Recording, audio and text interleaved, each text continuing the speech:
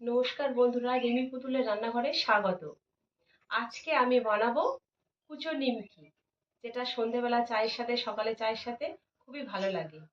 কুচো নিমকিটা আজকে বানাবো আমি সুজি দিয়ে। আমি এখানে 1 বাটি সুজি নিয়েছি, একটু মোটা দানার সুজি বলে। এই সুজিটা প্রথমে একটি মিক্সি জারে নিয়ে নিচ্ছি, নিয়ে এটা একটু গুঁড়ো করে নেব। গুঁড়ো করে নিয়েছি, এবার একটা থালায় ঢেলে নিচ্ছি।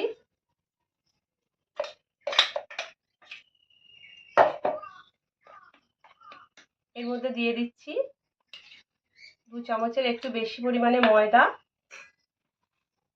দিয়ে দিচ্ছি স্বাদ মতো নুন, দিয়ে দিচ্ছি 1 চামচ জিরের গুঁড়ো। জিরের গুঁড়োটা দিলে নিমকিটা খেতে খুব সুন্দর লাগে। আর দিয়ে দিচ্ছি কালো জিরে। শুকনো উপকরণ দিয়ে একটুখানি নেড়ে নেব। এবার এর মধ্যে দিয়ে দেব সাদা তেল।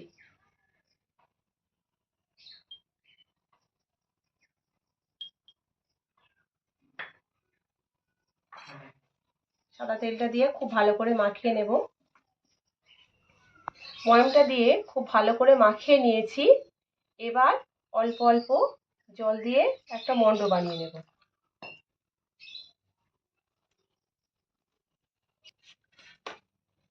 সুজির মণ্ডটা রেডি হয়ে গেছে। এবার আমি এটাকে ঢেকে এইভাবে 15 মিনিটের জন্য রেখে দেব। 15 মিনিট হয়ে গেছে। এবার সুজির মণ্ডটা আরেকটু মাখিয়ে নেব। মাখিয়ে নিয়ে ছোট ছোট লেচি কেটে নিমকিগুলো বানিয়ে নেব। লেচিগুলো সব বানিয়ে নিয়েছি, এবার কেটে নেব। বেলে তারপর নিমকিগুলো কেটে নেব।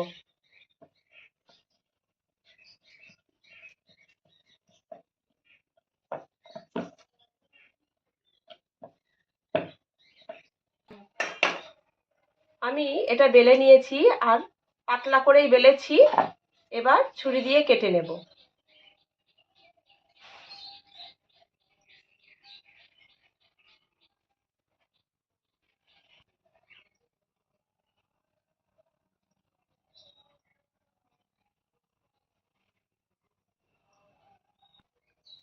সব লেচি থেকে এভাবেই নিমকিগুলো কেটে নেব।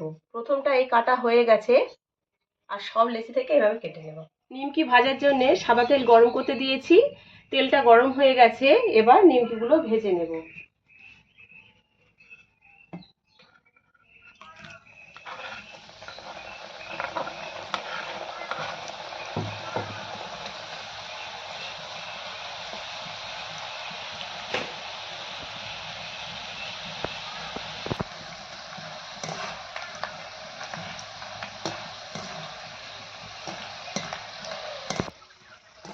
বন্ধুরা, প্রথম ব্যাচে নিমকিগুলো ভাজা হয়ে গেছে, এগুলোকে তুলে নিচ্ছি।